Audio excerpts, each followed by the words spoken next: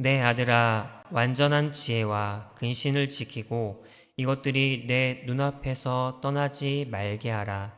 그리하면 그것이 내 영혼의 생명이 되며 내 목의 장식이 되리니 내가 내 길을 평안히 행하겠고 내 발이 거치지 아니하겠으며 내가 누울 때에 두려워하지 아니하겠고 내가 누운즉 내 잠이 달리로다.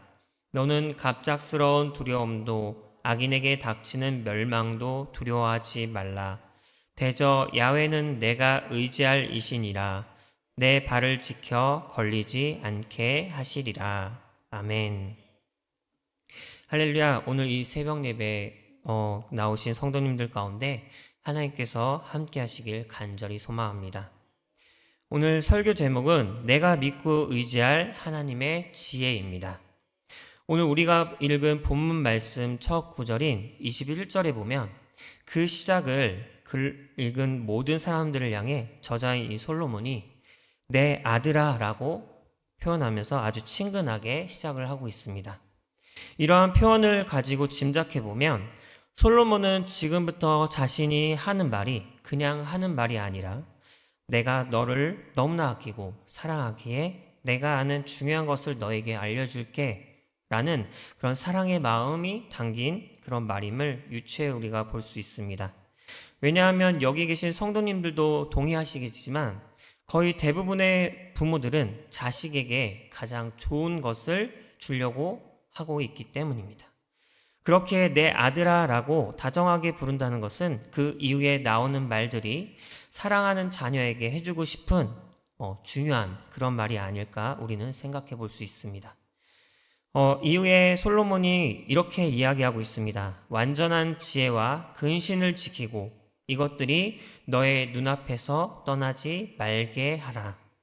다시 한번 이야기하자면 살아가면서 완전한 지혜를 지키고 떠나서는 살지 말라고 말하고 있는 것입니다.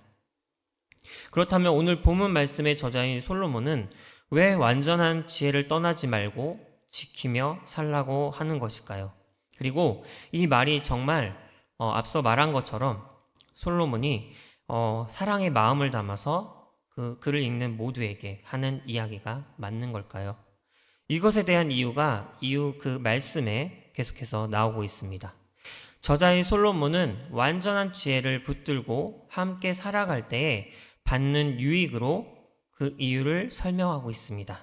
그 이유들을 간단하게 설명하자면 우선 첫 번째 이유는 지키는 자의 영혼에 그 생명력이 넘쳐 흐르게 되고 그것이 주변에 함께하는 자들도 알게 되어서 그에게 존경과 사랑을 받게 되기 때문임을 첫 번째 이유로 들고 있습니다. 그리고 이어서 두 번째 이유는 삶의 여정이 어려움 없이 또 어려움이 있다 할지라도 그 어려움에서 평안하게 또 평탄한 그 삶으로 인도해 주기 때문임을 그 두 번째 이유로 들고 있습니다. 세 번째 이유는 지혜가 위협으로부터 보호해주고 또 수많은 고민들로부터 해방시켜주고 또 그로 인해서 평안한 잠으로 인도하기 때문임을 세 번째 이유로 이야기하고 있습니다. 이러한 이유들로 이야기하며 솔로몬은 다시 한번 이야기하고 있습니다. 뭐라고 이야기하냐면 너에게 갑작스럽게 재난이나 어려움이 닥친다 할지라도 두려워하지 말고 주변에 악인에게 닥치는 하나님의 심판을 내가 내 눈으로 본다 할지라도 그것을 두려워하지 말라라고 이야기하고 있습니다. 그렇다면 저자인 솔로몬이 말한 완전한 지혜, 이 완전한 지혜는 무엇을 말하고 있는 것일까요? 기본적으로 지혜라는 뜻은 사물의 이치를 빨리 깨닫고 이를 정확하게 처리하는 능력을 나타낼 때 쓰는 단어입니다. 그런데 이러한 기본적인 지혜의 뜻도 있겠지만 이 잠언 말씀에 나오는 완전한 지혜는 다른 중요한 뜻이 하나 더 있습니다. 그것은 우리가 성경의 다른 구절을 통해 알아볼 수가 있는데요. 시편 111편 10절에 보면 이렇게 나와 있습니다. 야훼를 경외함이 지혜의 근본이라 라고 나와 있습니다. 또 같은 본문인 잠언의 다른 구절을 살펴보면 9장 10절에 야훼를 경외하는 것이 지혜의 근본이요 거룩하신 자를 아는 것이 명철이니라 라고 나와 있습니다. 이처럼 이 두 구절에 나오는 공통적으로 나오는 야훼가 지혜의 근본이라는 말은 즉 하나님께서 우리가 믿고 의지하는 하나님께서 지혜의 뿌리이자 그 자체, 그 본질이라는 말입니다. 그래서 오늘 본문 말씀의 마지막 구절인 26절에 보면 이제는 완전한 지혜 대신에 하나님으로 표현하고 있는데 살펴보면 이렇게 나와 있습니다. 야훼만이 내가 의지할 분이시고 그분이 내 삶을 악에서 지켜주실 분이시다 라고 솔로몬은 말하고 있습니다. 다시 말해 앞서 말한 완전한 지혜를 지키며 떠나지 않고 살아갈 때 주는 유익이 결국에는 하나님만을 의지하며 살아갈 때 주어지는 그 유익이라는 말입니다. 이 얼마나 놀라운 은혜이자 사랑인지 모르겠습니다. 우리가 살아가는 이 험난한 세상을 살아가는 데 있어서 어떻게 살아가는 것이 가장 좋은 방법인지 다 알려주고 있습니다.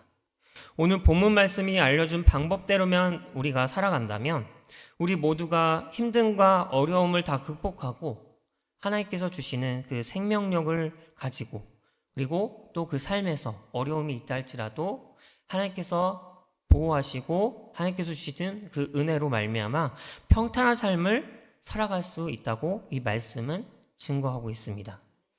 오늘 말씀을 통해 주어지는 하나님의 은혜가 오늘 새벽에 깨어 이 예배 자리로 나오신 성도님들 가운데 모두에게 있기를 간절히 소망합니다. 그런데 이런 놀라운 말씀의 은혜를 깨달은 것은 참 감사하고 정말로 기쁜데 안타까운 것이 참 있습니다. 그것은 우리가 살아가면서 이 말씀에 대해 알면서도 이렇게 말씀에 대해서 깨달으면서도 삶을 복되게 살아가는 것이 하나님을 믿고 의지하는 것이 유일한 것임을 알았음에도 불구하고 우리가 살아가면서 그렇게 살아가지 못할 때가 참 많다는 사실이 안타까운 사실입니다. 우리가 삶을 살아갈 때 자꾸 하나님을 벗어나서 내 힘으로 살아가려고 한다는 것입니다. 성경에 보면 이와 비슷한 내용의 비유의 말씀이 있습니다. 누가복음 12장에 보면 예수님께서 하신 비유의 말씀들이 나오는데 그 중에 많이들 아시는 탕자의 비유가 나오고 있습니다. 그 말씀에 나오는 그 둘째 아들, 이 탕자의 비유의 주인공인 둘째 아들을 보면 어떻게 하고 있습니까? 그는 자신의 아버지가 엄청난 부자이고 자신이 누리는 풍족함이 다 아버지로부터 온다는 사실을 분명히 알고 있었습니다. 그럼에도 불구하고 어느 날 아버지에게 맡겨놓은 것을 자신의 것인 양 나중에 자신에게 물려줄 재산을 달라고 아버지에게 당당히 이야기합니다.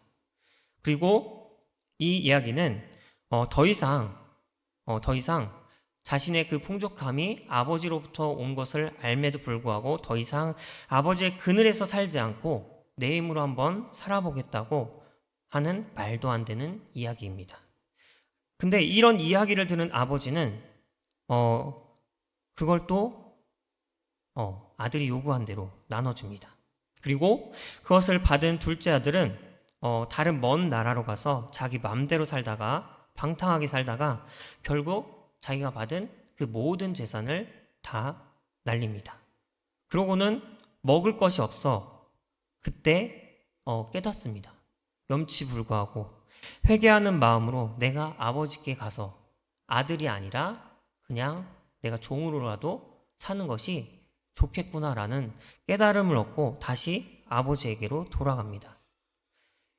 아버지의 그 품 안에 있을 때 자신이 예전에 그 아버지의 품 안에 있을 때 아버지의 그 그늘 아래 있을 때 자신이 생기 있게 살아갔으며 늘 아버지에게 보호받고 또 아버지의 그 가진 힘으로 자신이 풍족하게 살아갈 수 있었다는 것을 깨달은 이 아들입니다.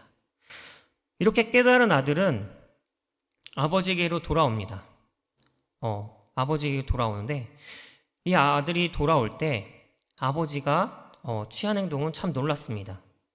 아버지는 그 아들이 멀리서 오는 것을 보고 달려나가서 따뜻하게 안아주면서 아들을 불쌍히 여기고, 그리고 아들이 자신의 재산을 가지고 그 먼 나라로 가서 방탕하게 재산을 날린 것을 묻지 않고 그냥 안아주고 그 아들을 기쁘게 맞아줍니다. 이것이 아버지의 모습입니다. 그리고 이후 이것을 못마땅해 하는 큰 아들에게 아버지는 진심 어린 아버지의 그 마음, 아버지가 아들들을 향해서 갖고 있는 그 마음을 이야기합니다. 뭐라고 이야기하냐면, 너는 항상 나와 함께 있으니 내 것이 다 내 것이다. 그리고 내 동생이 살아 돌아왔으니 나 혼자가 아닌 우리 모두가 함께 그 살아 돌아온 것을 기뻐하는 것이 마땅하다라고 아들에게 이야기하고 있습니다. 이 말은 처음부터 계속 나와 함께 있던, 아니면 중간에 떠났다가 다시 회개하고 돌아오던 상관없이 나와 함께 있을 때 내가 주는 복은 너희가 누릴 수 있으며 다 너희 것이다 라고 하시는 말입니다. 이 얼마나 큰 사랑입니까?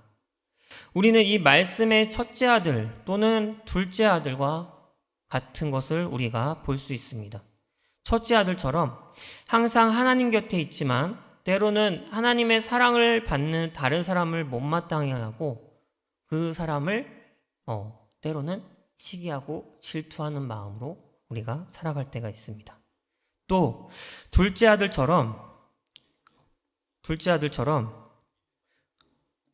오늘 본문 말씀처럼 늘 하나님을 의지하며 살아가야 하는 것을 알매도 불구하고 내 마음대로 내 뜻대로 살아가려 합니다. 그리고 그렇게 결정하고 결단하고 실제로 우리가 살아가는 우리의 모습을 볼 때가 있습니다. 그런데 오늘 말씀은 우리에게 이렇게 이야기하고 있습니다. 우리가 믿고 의지할 분은 오직 완전한 지혜 그 자체인 하나님이라고 우리에게 말하고 있습니다. 내 곁에 있어 내가 주는 복을 누리며 그리고 내가 주는 그 사랑을 받으면서 살라고 그 아버지가, 그 하나님께서 우리에게 말씀하고 계십니다. 그리고 그것을 계속해서 나를 따르던, 나에게 순종하던 큰아들 같은 사람들에게만 말하는 것이 아니라 둘째 아들과 같은 그 품에서 떠나려고 하는 그 아들에게도, 그리고 심지어 그렇게 결단하고 떠났던 아들에게도 동일하게 하나님께서는 우리 말씀하고 계십니다. 다시 돌아와 내 품 안에서 나를 의지하며 살아가라 라고 말씀하고 계십니다. 그리고 그것도 혼자가 아닌 우리 함께 그것을 누리라고 말씀하고 계십니다. 여러분들은 오늘 본문 말씀을 믿으십니까? 정말 여러분들의 마음에 오늘 본문 말씀이 말하는 것처럼 하나님만을 믿고 의지하며 살아가는 것이 가장 지혜로운 삶이며 그것이 나의 생명이며 그것이 나의 능력이며 그것이 나의 방패이심을 믿으십니까? 아멘으로 화답하셨다면 우리가 삶을 살아가는 데 있어서 어렵고 힘들더라도 하나님을 사랑하시길 바랍니다. 그리고 하나님을 사랑하셔서 그 하나님께서 우리에게 주시는 그 긍휼하신 은혜와 사랑을 마음껏 누리시길 간절히 소망합니다. 그리고 여러분들만 그 사랑을 누리는 것이 아니라 여러분들이 그 사랑을 가득 누려서 더 나아가서 여러분들 그 주변에 있는 사람들과 함께 그 사랑을 누리는 하나님의 자녀가 되시기를 간절히 소망합니다. 기도하겠습니다. 사랑의 많으신 하나님 아버지 감사합니다. 하나님, 오늘 이 잠언 말씀을 통해서 하나님의 그 마음, 아들을 향한 그 아버지의 마음을 알게 하심에 주여 감사드립니다.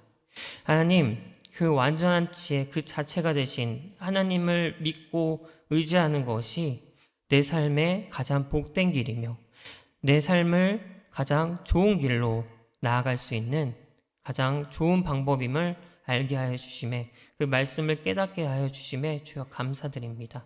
하나님, 우리가 깨달은 대로 말씀대로 우리가 살아가면 너무나 좋겠지만 때로는 그 말씀대로 우리가 살아가지 못할 때가 너무나 많습니다. 우리는 너무나 연약하기에 그 말씀대로 살아가지 못하는 모습을 하나님 앞에서 보일 때가 너무나 많습니다. 하나님, 그 연약한 모습 그대로 하나님 앞에 나아갑니다. 하나님의 은혜를 기대하며 나아갑니다. 그 연약한 모습 가운데 긍휼하심으로 나를 채워주시고 긍휼하심으로 그 사랑으로 나를 인도하실 하나님을 기대하며 나아갑니다. 하나님, 나를 기억하시고 나의 삶 가운데 동행하사 나를 은혜와 그 사랑으로 인도하여 주옵소서.